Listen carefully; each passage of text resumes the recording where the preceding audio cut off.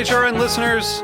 As we celebrate our 15th year, we are deepening our commitment to giving voice to the next generation of food systems storytellers, and we need your help. Our internship and fellowship programs help activate new possibilities for underrepresented and underestimated young people through experiential journalism, audio engineering, and production training. Through these unique programs, HRN helps food equity stewards build essential workforce readiness skills that expand their potential and foster economic mobility. Please consider supporting these critical programs. And with a minimum donation, you can be entered to win a dinner for two at an amazing restaurant in one of 8 cities and tickets to a concert at a great venue in one of those cities. We have incredible partners across the country who have donated, as they also share our passion for helping to educate the next generation of food systems storytellers. Check out heritageradionetwork.org/15 to donate and enter to win today. That's heritageradionetwork.org/15 to donate and enter to win today. And make sure you donate before March 31st. Thank you. This episode is brought to you by Rancho Gordo, growing the best and most interesting heirloom beans available. Learn more at ranchogordo.com. This week on Meat and Three, it's all about screens. We're diving into the world of TV, computers, and even VR to figure out how food consumption is shifted by a digital lens. Every course talks about a different topic within the Asian American identity through a very personal lens. And the 3 courses that are paired with VR, in it you're seeing a brushstroke by brushstroke recreation of the dish that you're about to eat. Most of us in the world live in urban areas. And so how much is the city already accidentally providing its residents?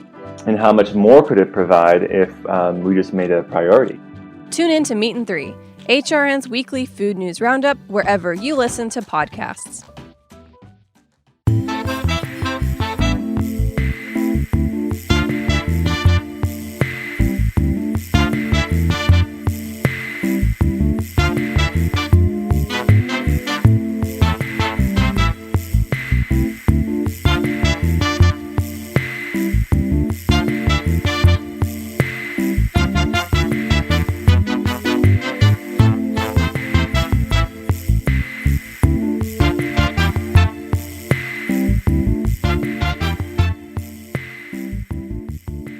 Welcome to the Grape Nation, your weekly wine journey. Our guest is Zwann Grays. We'll talk to Zwann about the current state of the wine and hospitality industry, natural wine, her restaurants, and a lot more.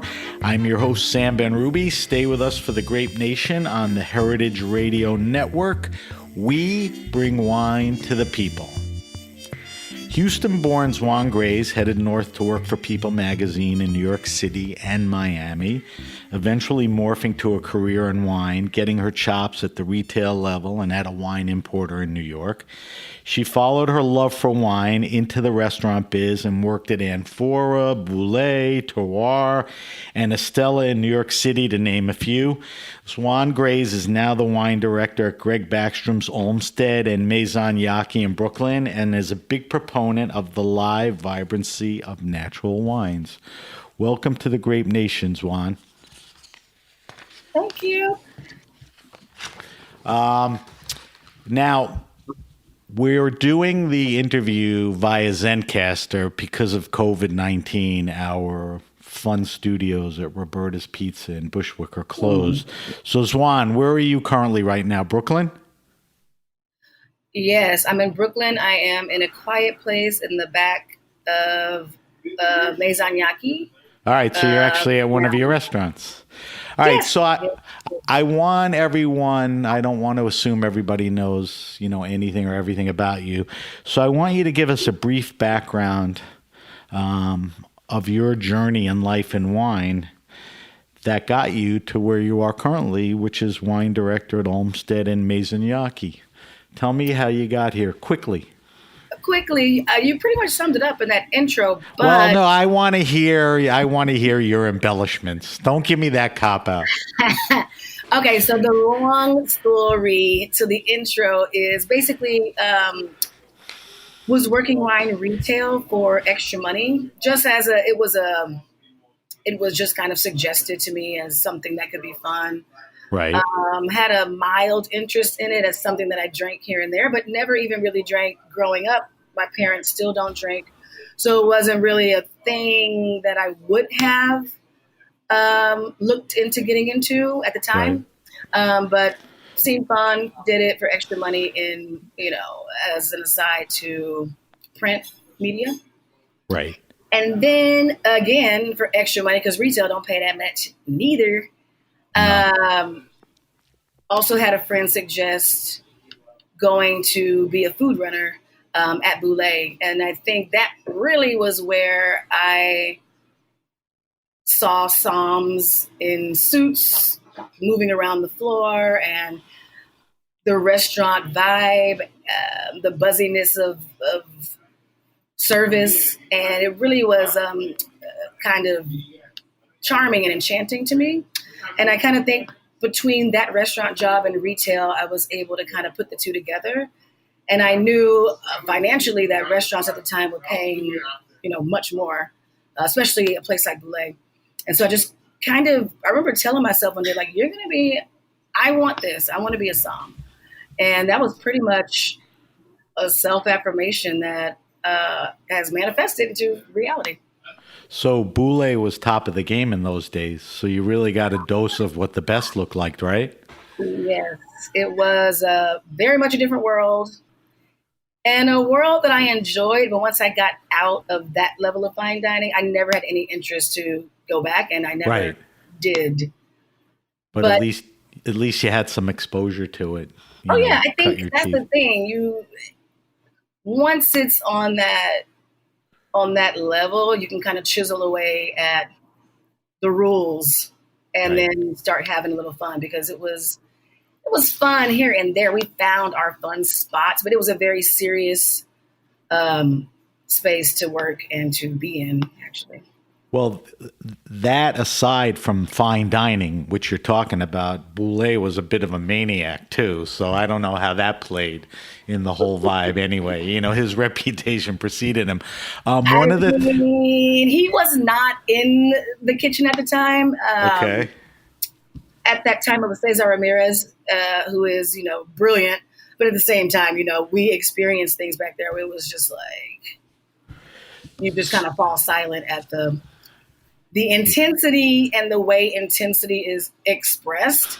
Right. And it's almost like, here an argument on the street, either way, you're going to be a little bit, so it can be a little jarring, especially when you've never worked in a restaurant before. Right.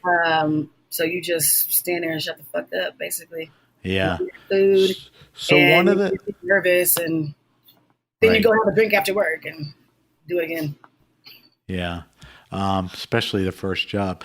One of the things I mentioned that you didn't mention is you actually left Houston and you were pursuing a career in journalism, correct? Yeah. And at a good place, good company, good magazine. Tell me about that quickly. Yeah. So I ended up getting an internship going into, I guess, the summer of my junior year, going into my senior year. So that summer they had us at all throughout Time Warner. And we got to stay at Columbia. We were like here all summer in New York and the city. And like, I was placed with People magazine, and it was very much an amazing time. Like, it was a huge group of students from all over running around those dorms and like exploring the city. And then went back to school, graduated. And after my senior year, I went to the Miami Bureau of People, got a job there.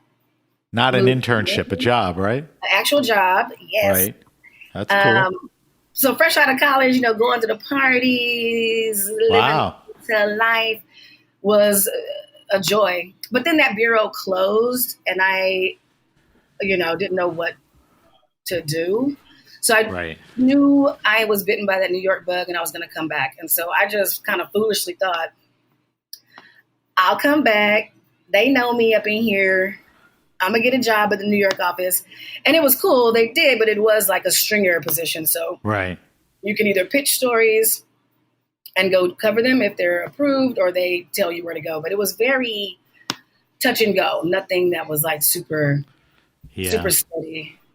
Do you think if things progressed, could you have seen yourself in a career in journalism, or it was never going to go that way? If they progress, maybe. I actually interviewed with Wine Spectator and then was working just as like an intern at Wine and Spirits magazine. Right. And So you had the wine bug by then. Yes. Yeah. So I was like, let me transition it from this because people is touch and go. And also, that type of beat is something that you really have to be into. And I just wasn't so much at the time, like fresh out of college and running around Miami was one thing. But then once I got here and started like working, it was just like, it never left, I guess, to want to do that. So how do you connect the things? You go and work for a wine magazine. So that's kind of where my head was at that time. Do you think when you think about what you're doing now and you look back, do you think the opportunity working at the retail level and even, with a good wine importer, do you think that kind of rounded you out for what you're doing now? Yes, definitely. I mean, it's so funny to even, What? be asked to look back. It's like, right, yeah, I even sometimes forget that I was a wine rep for a super cool wine importer for a whole year. But yeah, all those things, it really was like scraping together jobs for money that were still in wine. Right. Because you don't have the somm job. You do need a year to make money when you start, repping, especially for a small esoteric book like Zev's was at the time. That's Zev Rovine, which is, a great importer of very well curated wines, right? Yes. And I've just like kind of watched it grow. But again, looking back, they did. And you can put all these things on your resume and learning all these aspects of the business help. And I think that definitely 100% those experiences got me here. Now, I was going to ask you this question later, but it's kind of appropriate now. Is it important at this point? And the point is really 2 points. What's important to you and the time now, the pandemic and what's going on with the Somm Guild. Is it important for you to pursue any kind of wine certification? I mean, do you need that? Do you want it? Is it necessary? No, that is not on my table. If you mean me specific or you as in No, you. When I first started out, I was at Thirst Wine Merchants with Lee Campbell.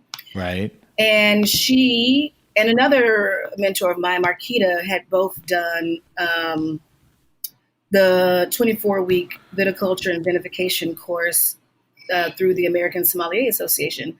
Right. And it was just kind of like fast track to restaurant somm job, which is what I knew I wanted. So I did that, but I did it so long ago. Right. And it really, maybe not. It really was only significant kind of in having that on the resume, quite frankly. Right. But I knew I needed it if I wanted to land like another restaurant job or be at like terroir and like, right. Just to be kind of taken, seriously in wine perspective and, in conjunction with server experience. But that was then, and now you're more established. So you intimated to me that it's not that important to pursue any kind of certification, true?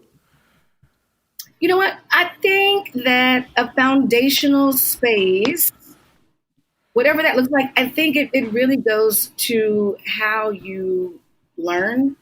Right. I have friends who know legions about wine and have never set foot in a course.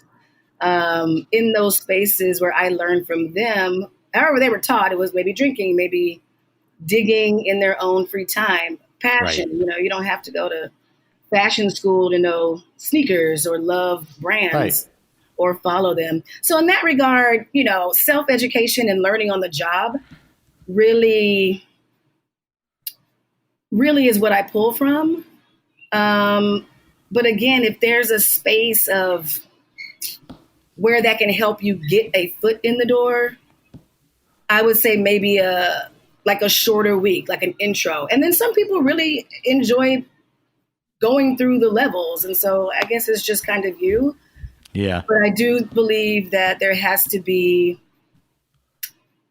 conversation, you know.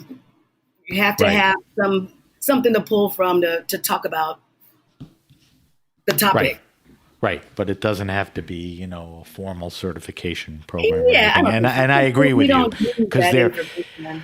you know,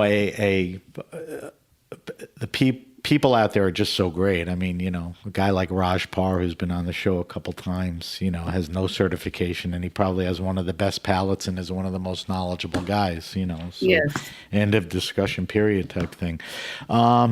Let's talk about the wine and hospitality industry. There's always, unfortunately, been a lack of diversity, equality, and, you know, sexism has persisted. But of late, there's been some great voices and advocacy in wine from people like Miguel de Leon, who wrote some stinging pieces about the industry, and Julia Coney, my friend, who started Black Wine Professionals. Yes.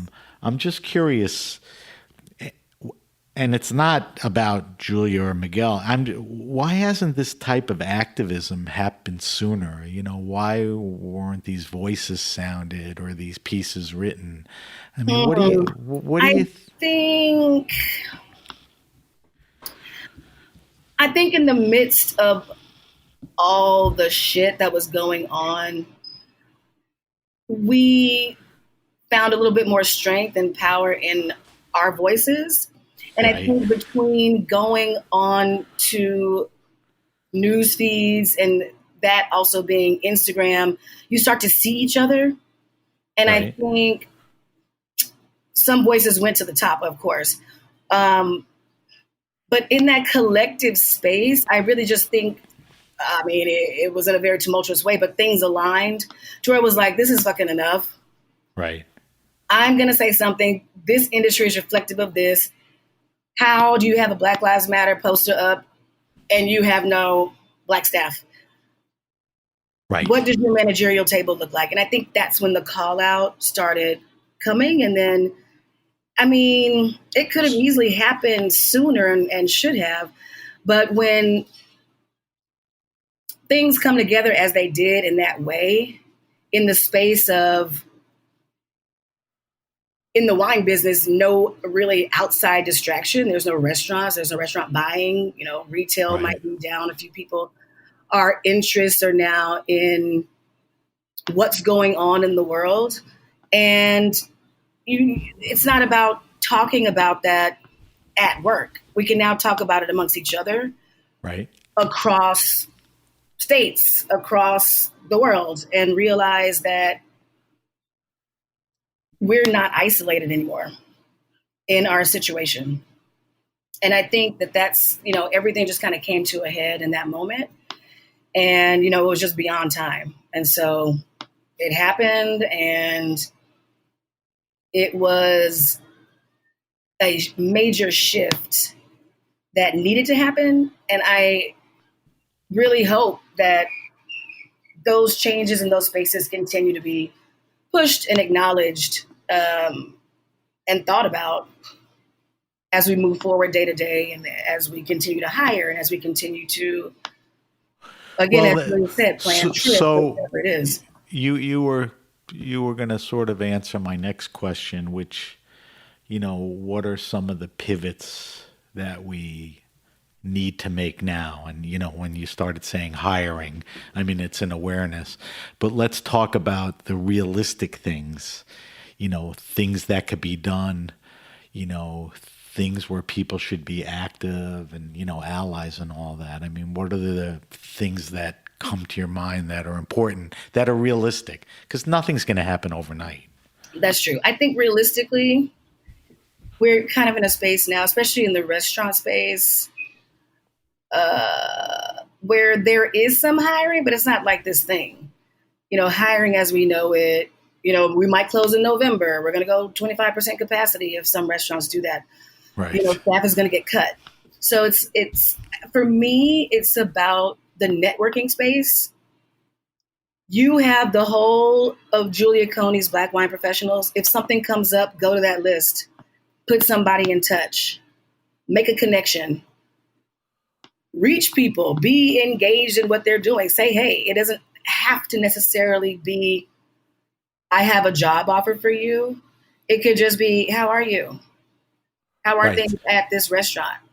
So Any communication, communication, networking. Yeah, yes.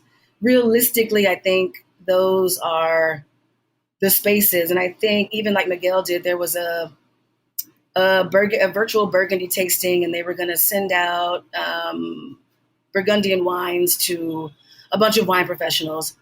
And then like have like a chat, some cheeses were going to come. It was like a whole kit. Right. And I had to work. So I was like, I'm out. But then Miguel, of course, took it a step farther and was like, can I offer my seat to BIPOC? Somebody who really there, right? Like wouldn't get it and would appreciate it. Exactly. Right. Right. So that's, those are very simple ways to do that. I mean, there's definitely, attention towards this and efforts being made. I mean, how long do we think these issues are going to continue? I mean, is this just going to be an ongoing thing that gets a little better, a little better, a little better? Are people going to, when the pandemic calms down and, some of the activism quiets down, are people just going to, forget? I mean, I don't know. I think in that moment where shit hit the fan, it was almost like we had dislocated our shoulder, right? Right. And then the shoulder gets snapped back. It's all painful. It hurts. And then I think we've been through a healing space. And I think now, I was just with a good girlfriend last night, and it's like, the trauma porn is like coming to an end. And I think, we laughed.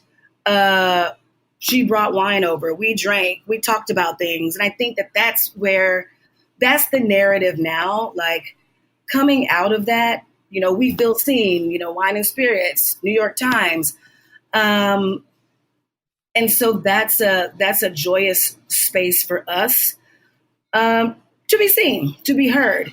It's not like running to the bank and cashing a check and calling it a day. Every day is something different. But in our private spaces, wine sister to wine sister at home, we are pulling out bottles and like ordering takeout and eating and drinking and like looking up wines. And I think that's what's going to continue to happen. I think that is where the narrative is going to change, because in being seen and in having these private conversations that aren't just about the trauma. Right. I agree with that. I believe the questions will continue to come back to the center of, what are your thoughts on Jura? What do you think about this vintage? Right. Wine stuff. Yeah. What everybody was oogling over before all of this. Exactly. I think one of the things that was very important to you and, should be, another one of the things that should be done is mentorship. I think you could cite people that had an effect on you and were there, when you reached out or needed them.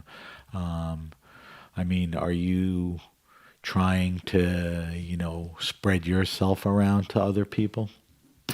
Yes, there are spaces.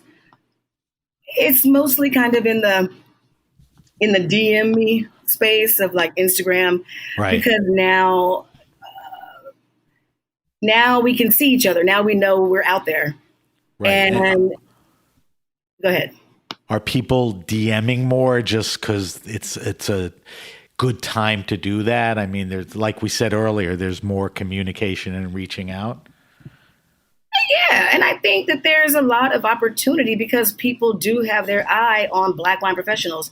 And if that space needs to be filled by a Black wine professional, we're also networking amongst ourselves without needing help from any, white hand per se. So the DM space has been the space, I think, where in being seen and knowing what someone is doing, we're able to like directly communicate with them, say what's up, Right. create a Zoom call with these people, see each other on Zoom. And I think specifically the Black female wine community, I've seen expand so much. Every time something comes up, it's the same core space of like likes. It's gonna like, we're going to support this, whatever it is that you're doing. That's empowerment, and Yep. the private conversations are empowering, and also spaces of mentorship where it's just like, what are you doing? What do you want to do? Reach this person. Here's their email. DM them. Text that person. Look out for this DM. She's in San Francisco doing this.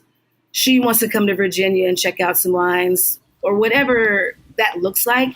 It is this like very much an underground network that's happening right now because we see each other now and we can connect. Right.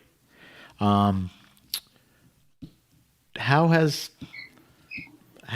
the pandemic changed your life personally and professionally? I mean, we've talked about how it's brought a light to, some of the shortcomings or a lot of the shortcomings. But what about you personally? I mean, you weren't going to work every day. I mean, tell me how your life changed, and are you getting back to, a routine? We'll talk about the restaurants, in a bit. I want to talk about you. Well, personally, it's been real touch and go. It's been like high and low. I can imagine. It was an adjustment, not having a job to go to as abruptly as that happened. Right. And then it was an adjustment going back to work, quite frankly, after being out for about 5 months. Right. So it was weird going out and being like, okay, we'll be closed Monday, Tuesday in March. To it being, we're going to close for 2 weeks, to absolutely not knowing when right. we were going to open. So you I think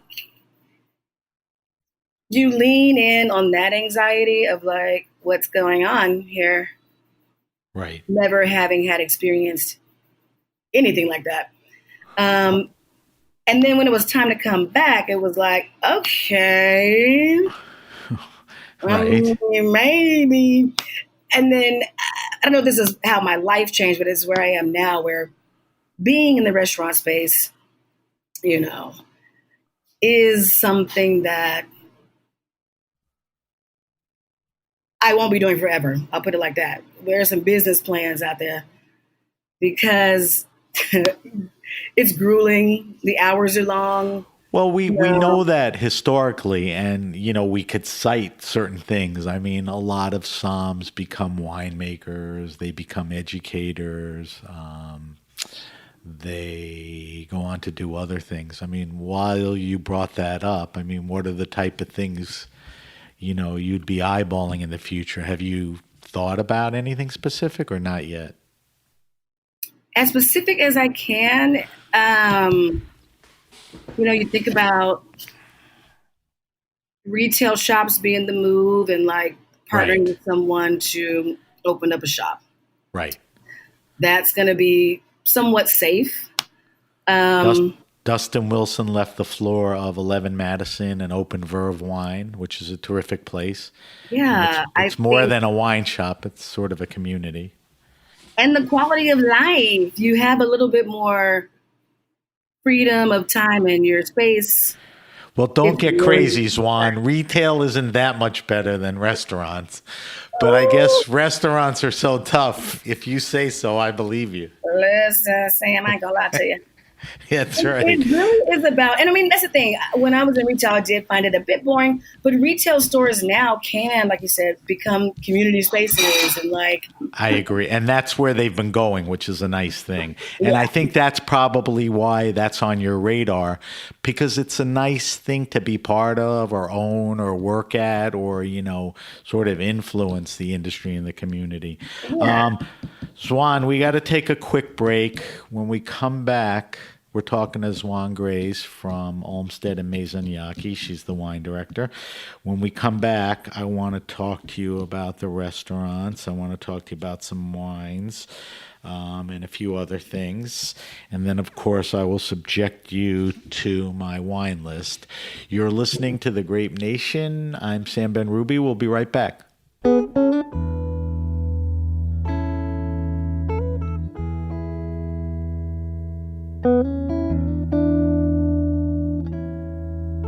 This episode is brought to you by Rancho Gordo. Over the past 19 years, Rancho Gordo has led the revival of heirloom beans, taking the lowly bean from a healthy but neglected member of the vegetable family to a near superstar status ingredient. From growing the best and most interesting beans available to making sure all crops are fresh and a pleasure to cook with, Rancho Gordo's mission is to encourage cooks to experience and enjoy the unique flavors of heirloom beans. Rancho Gordo produces nearly 30 varieties of heirloom beans and lentils, as well as corn, grains, chilies, and other cooking ingredients. You can learn more at ranchogordo.com. That's RANCHOGORDO.com.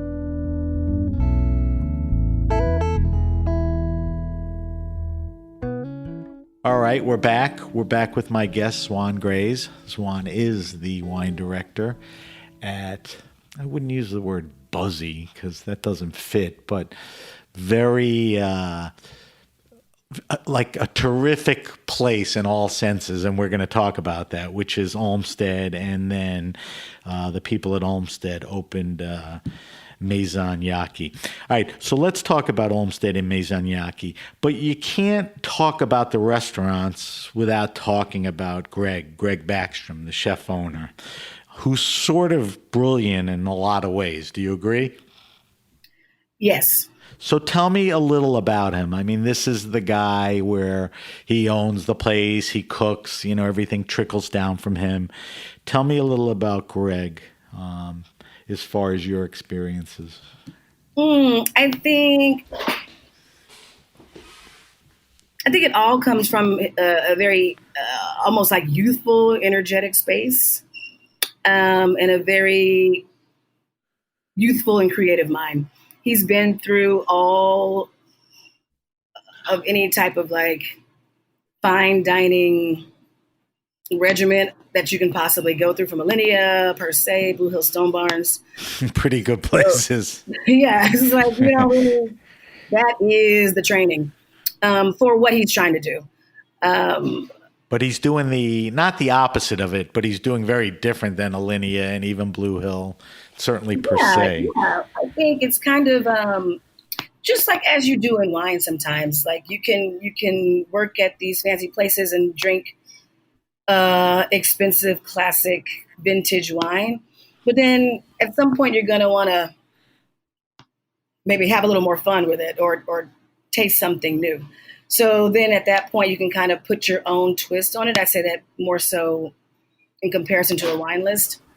Right. You can kind of make it your own and put your stamp on it. And I think you don't lose the technique. You just personalize it or exactly. Do it your way, right? Yes. Yeah. And he's gotten terrific notices from the day he hit the ground. I was actually at the Charleston Wine and Food Festival, and I was at one of his events, and it was amazing. And the wines were paired by Laura in Kanu. So it was really kind of a cool night. And I got to meet him, and he is a very good guy.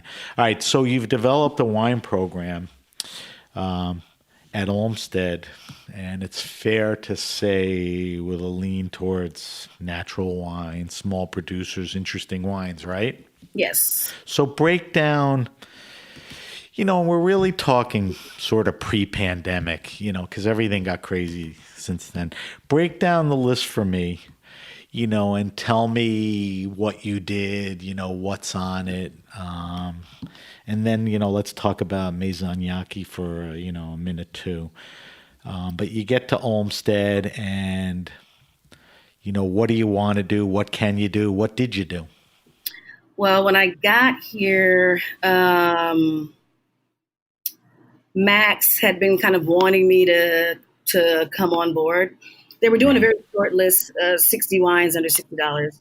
And that was the theme. That was it. Like, the guy who was overseeing the list was more of a tea guy. So he just liked wine. And so, that was it. They had things like, things that, J.B. Becker and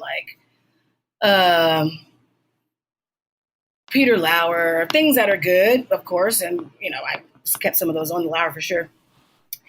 But it didn't really, it almost seemed like they were just like the cherry picking of names of producers. Right. Was what was going on this list. And so you can open it, and I mean, it's fine to open up a list and see things that you recognize and that you like. Cool. Right. But I think what I did was just kind of dig into importers that I trusted and believed in, who were importing and distributing natural wine. But at the time, it was like I couldn't say that. We couldn't say natural wine. We couldn't say Olmsted was doing natural wine. It was a thing that was just like, do Why? not say this. I don't know. I think maybe it was frowned upon, like, maybe it wasn't taken seriously, or maybe when you say natural wine, people are going to expect it to taste like shit. You didn't want to be in that box, is what you're saying. And that's what I was told. I knew who I wanted to put on there. Right. And so it was very, it's so funny because one of the owners is sending me pictures of like natty wine. And I'm like, I literally cannot believe that you're sending me a picture of this, because they came up from Blue Hill Stone Barns and that was not a thing. Yeah. And I'm sure they heard multiple times, like, we will never have natural wine on this list, maybe or maybe not, but that was the vibe. And it just wasn't taken seriously, and it just wasn't, I guarantee you now, all in places of Gramercy and every other fancy place, EMP have, well, maybe not EMP, let me scratch that from the record, have natural wine representation on their list. I really just kind of started buying things and kind of like doing little ninja moves to like ninja a wine in that I liked. And started kind of building from there. And then once it was able to be seen that these wines taste good, they're cool, the staff is about it, the guests like it, it started to kind of gain a little bit of traction and therefore a little bit of trust. So it wasn't necessarily, I got to build up the list from France or from the Loire or Jura. It was really, what you wanted and what you thought you wanted to bring in. I mean, is that how the process started building up?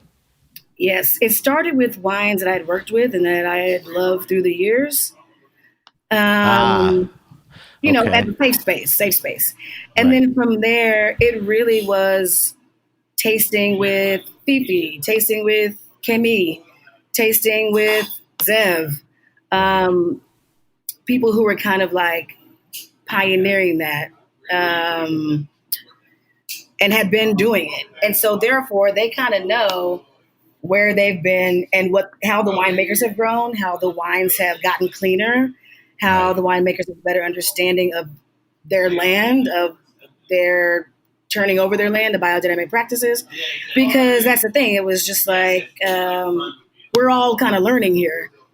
Right. And so, 8 to 10 years later, it could be the same producer and the wines can taste heavenly, where at one point we just thought they tasted cool. They tasted, maybe. Well, that's a fair assessment, is that's a natural evolution of natural wines. I mean, people, I hate to say it, but, maybe more consistency, got better at it, expanded. You agree with that? Yes. Now, so now you know what wines you want to bring in. You kind of know what kind of list you want to have. Now do you sort of have to sit down with Greg and figure out, that these wines, or get wines that are compatible, with his food? So two things, is it a yes to that? And also describe his cuisine a little. Sure, yeah, he does not. I don't think gives two bones about what the wine. I think again, it's like full trust at this point.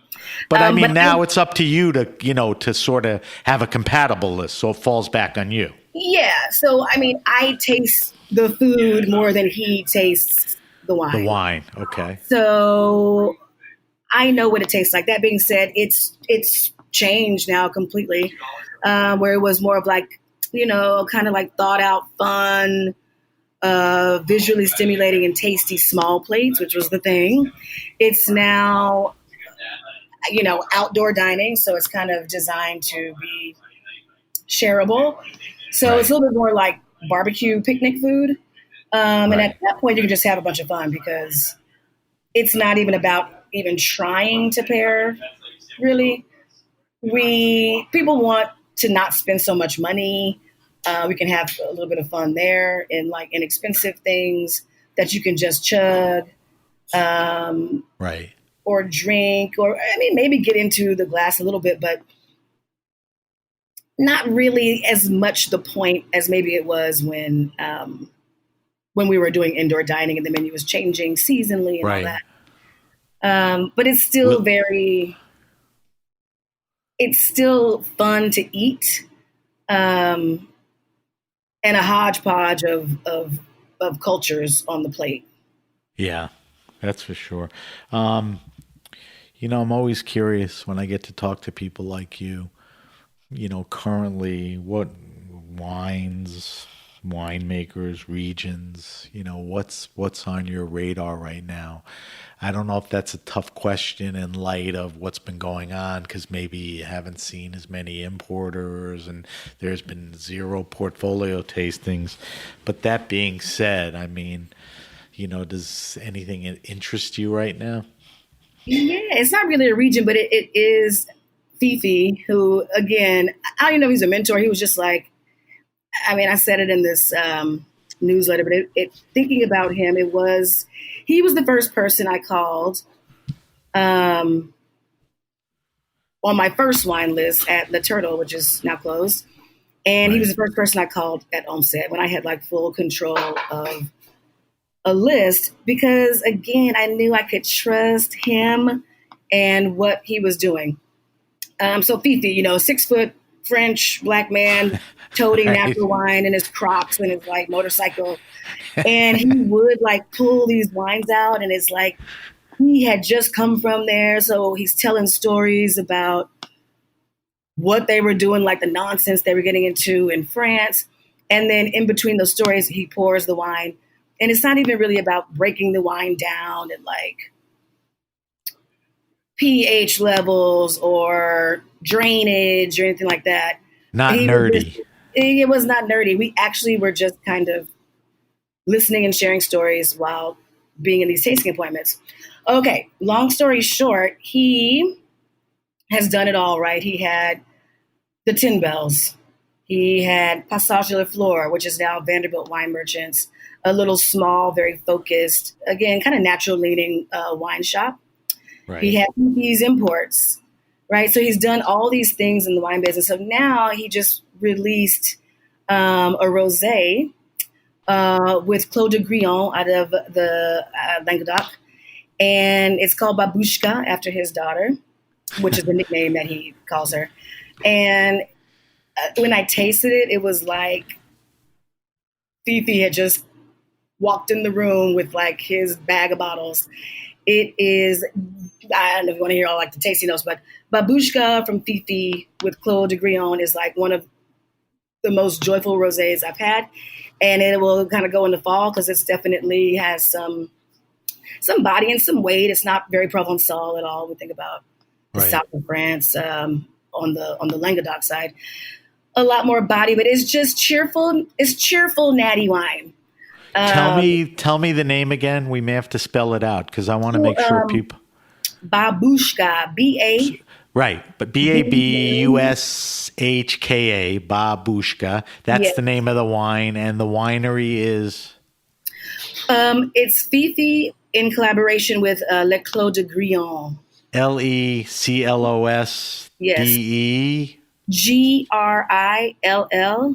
Grill. Grion, two Oh, L's, yeah. O-N. Okay. So if people, when I ask you to talk about something and you bring it up, I want to make sure people, understand what it is. So that wine made an impression on you. Anything else? Well, I can say maybe two. I'm just thinking about what I've actually had recently. I was like, it's been a lot of like full body dark rosés, to be perfectly honest. Is that a seasonal thing? Like we wouldn't be saying that if it was the middle of the winter? I don't know.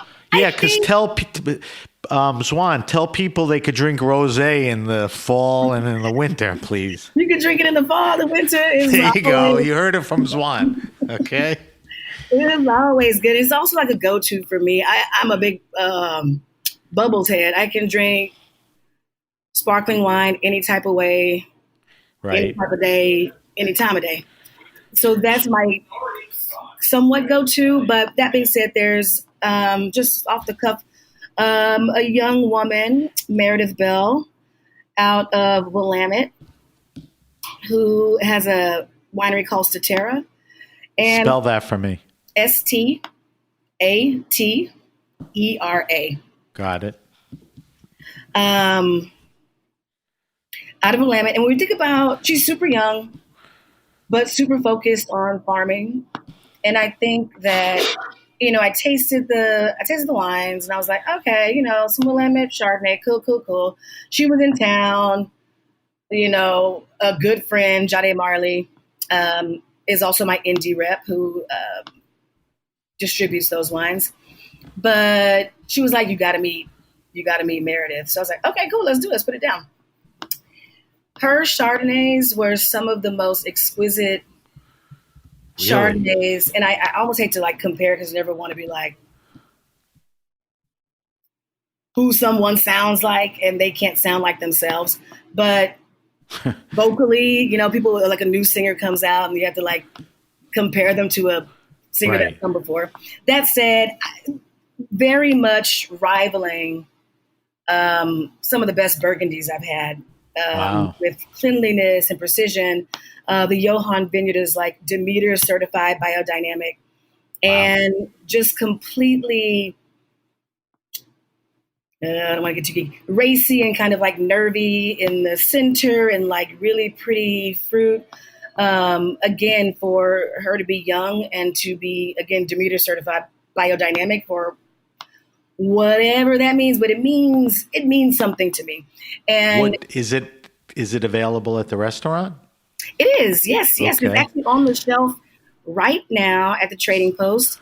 And the babushka is coming tomorrow. I just got 2 cases of that. So that'll be probably on the wine list. It's a short, abbreviated list, but also it'll be at the Trading Post also. All right. So tell me how the restaurants are working through the pandemic. I mean, you answered it a little. You've morphed into like a general store, grocery store, and a wine shop. Is that true? Yes. So that was super creative too. And I do think it was like a breathtaking job that they did with using their spaces and figuring out a way to just kind of be there for the community, but also like generate a little income, because let's be honest. Right. So the first thing was the food bank, when we really were like, oh, we're going to be closed for a couple of weeks. Okay, maybe a month. Okay, what can we do? Food bank. So the food bank was like for restaurant workers, food was donated. Our cook staff would come in, prepare meals, put them in bags and leave them in the vestibule. And I have friends who live in the neighborhood who were like, I went and I got that food and I ate. That's what we ate for dinner. Nice. And it was free. It was there. It was available. And, you had dinner for the night. Then as time went on, our PDR, they turned into the Trading Post, or like a little shop, a little larder, where they were serving jams and breads. Some of our goods, like our Calabrian chili oil, duck rillette, things that we make in house, right, and that were on the menu that people may want to buy. Well, that's gone full steam ahead now, and I don't know if they will revert. Put it back into a PDR space, if that's even a thing, like a small private dining room with like how many people, Right. We'll see if that happens like next year. But for right now, the larder's doing well. And then Mezanyaki is doing these pop-ups across the street where we're featuring Black chefs and entrepreneurs. I saw that. Going very well. Every 2 weeks, it changes. We're into our 6th one. I'm actually going by weeks. Our 6th one.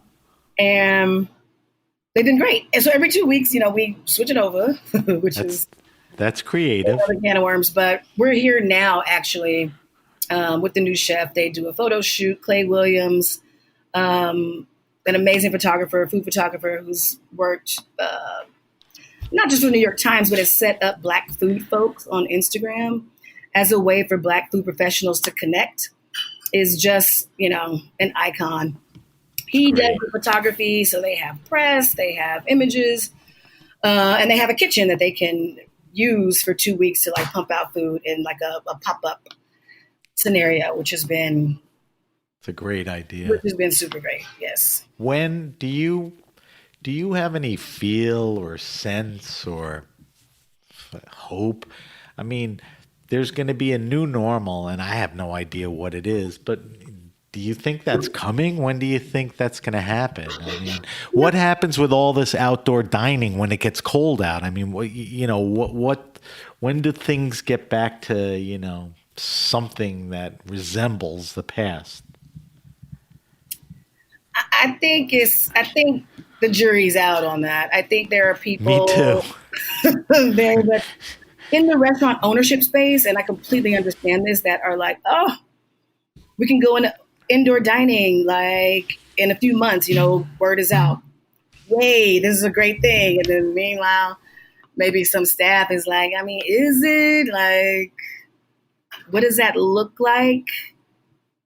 When we have a small space like Olmsted and Mezanyaki, 25% capacity ain't really worth it. It also probably would feel like an extremely odd dining experience to, I don't know. All I can say is this: Olmsted did a beautiful job pivoting and putting that back garden together when we didn't know what outdoor dining would look like. So I think, and now people are eating outdoors and enjoying it. When we were like, ain't nobody gonna eat outdoors, we was guessing how it's gonna look. I remember looking at like a BuzzFeed situation of like places around the world that are now opening up, and the bizarreness of what those spaces look like. And now people are doing it. People feel safe. The setups are cute.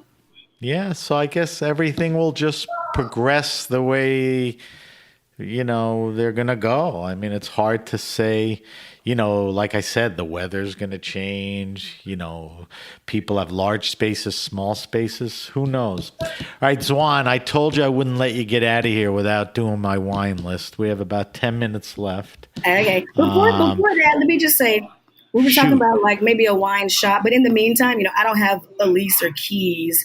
So in the networking space, whoever's out there, if you know of someone who is able and in need of a small curation of a list, or is strapped for staff and needs some help with ordering or putting something together, that consultation space is very open and alive. So you can reach me via Instagram at Zwann G, or ZWANNG at Zwann G, right? Yes. Or you can email me at zwangrays@gmail.com if you know of anyone.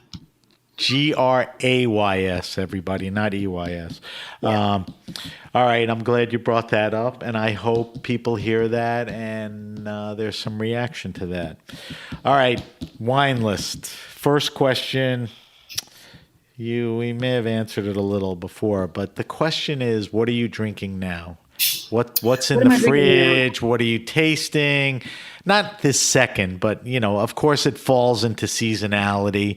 So I think rosé may be part of that. But, what are some of the things that you're drinking now? My roommate is Greek, and he has a Greek importing company called Ekpekton. And he's in Greece now, happily. And so we have a lot of Greek bottles in the house. And because I'm home a little more often than before. I get out for work because I do work 5 days a week. But I'm drinking a lot of Greek wine, and it's kind of cool because we met because he took me on a Greek wine trip. So they're wines from people who I've been able to visit with. So the Kantazisis Sun, Sun, is a Greek white that it's just kind of like my go-to.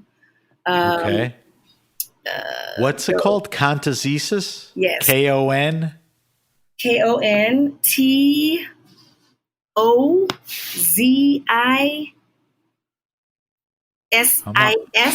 I'm totally.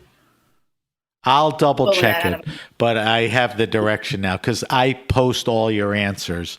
We post them on social media because people love to hear recommendations. All right, so Greek wines, I think they're becoming less underrated. I think the quality is good. I'm with you on that. Anything else?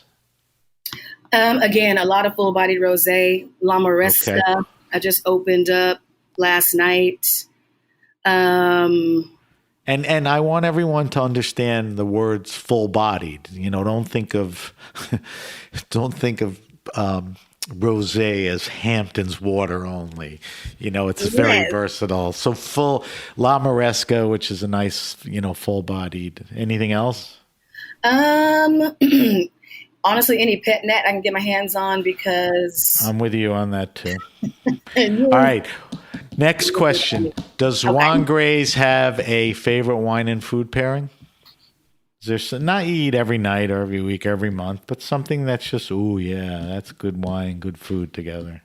It kind of changes often. Again, one thing I look forward to is, I've mentioned this once before, but it is one of my favorites. In Houston, we have a place called Papados. I just like the P-A, either P-P-A or P-A-P-A. Deaux. Kind of Papado. I got it. Yeah. Yep. So it's like a Creole kitchen because we're in Houston, Louisiana right next door. And they do a crawfish etouffee. And my parents, again, they don't drink, but I'll get what goes with that? Whatever Chenin Blanc that they have. And I talk to them because they have a full deep list and, wines. Chenin. So Chenin or Riesling and etouffee. Okay. Oh, yeah. All right. Third question. Tell me your favorite, or suggest some favorite wine restaurants and or bars, places that have, like Olmsted, have a really cool list, have good people running it, are knowledgeable, has a good vibe. What do you see? And, because you're here, I guess Brooklyn, New York City, couple things come to mind? Yes. Also gumbo and Vouvray. Good pairing. Okay. And roast chicken and white rum. Okay. They're all coming to me now. Places that I like to go, I'm literally at Lalu up the street. Okay. Just about every night. Dave Foss is there in partnership with Joe Campanale, but Dave is there. He was an extreme knowledge bank when I was at Enfora, and now they're right up the street. So I'm like, yep, that's home, a good spot. I'm at work and I'm at Lalu. Joe's been doing a good job. What else? Otway. Otway? I'm at Otway, yes. I think it's Ottway. Yep. A woman named Sam owns and operates it. Again, a nice kind of tight, hard natural list. Good vibe, good food. Fancy Nancy. Where's that? That's also in Brooklyn, kind of hitting Bed-Stuy. A couple owned. And again, on the small. These are the places I've been going because they're. Well, no, I listen. They're if you're mentioning them, besides being neighborhoody and all that, they probably have interesting lists and all that. All right, Hunky Dory too. Hunky Dory. Claire Sprouse, a big, huge, solid queen in the food world, and her spot does pop-ups also. But Hunky Dory, check it out for cocktails, wine, and food. All right, those are all good ones. And like I said, I'm going to post them. Tell me, fourth question, favorite all-time wine. I always say that I used to ask this question because I wanted people to tell me the rarest, most expensive wine. That's not what the question's about. What's the wine that was important to you as far as, changing how you think, or was an oh wow moment? I mean, what's that wine that meant something to you?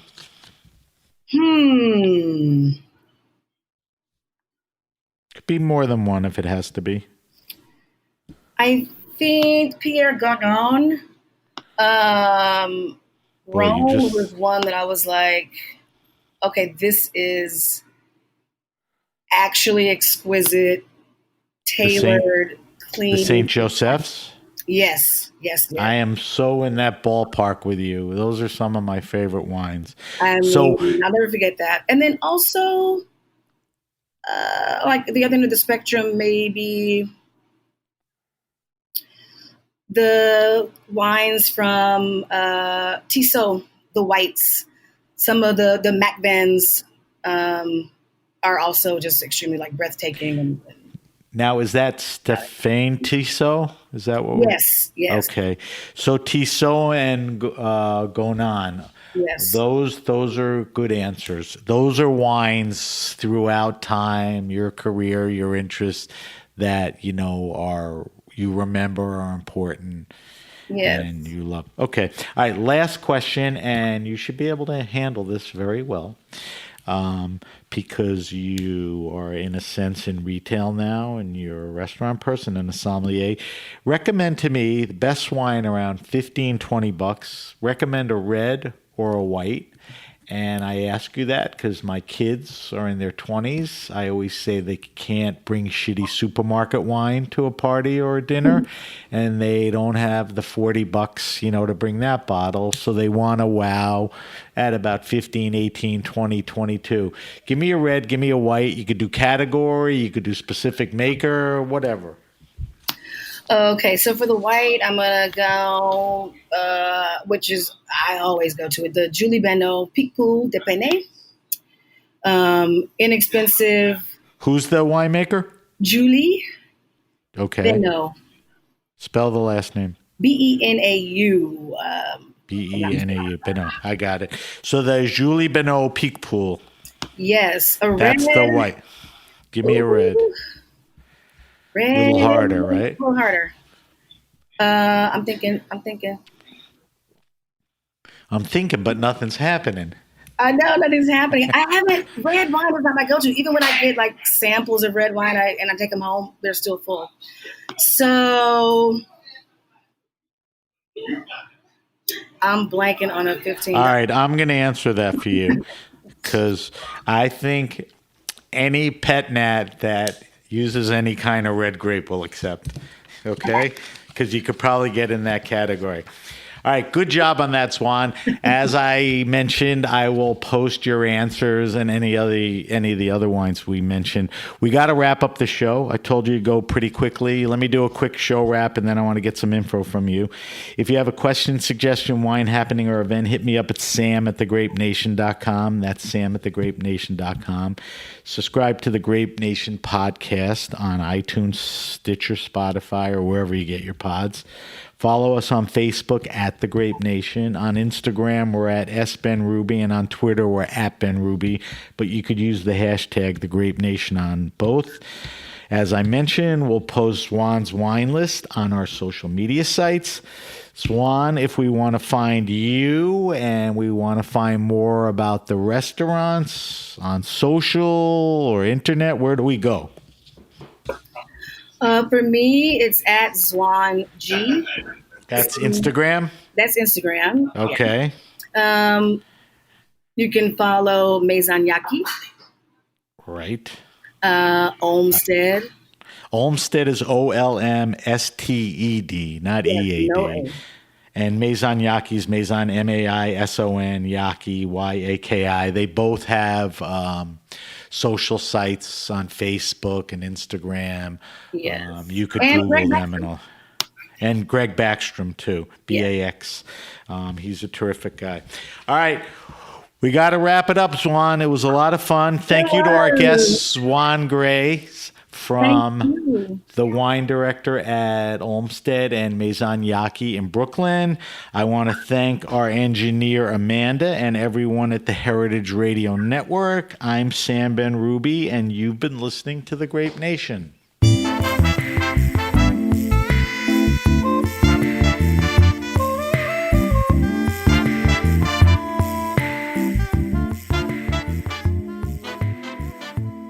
The Grape Nation is powered by Simplecast.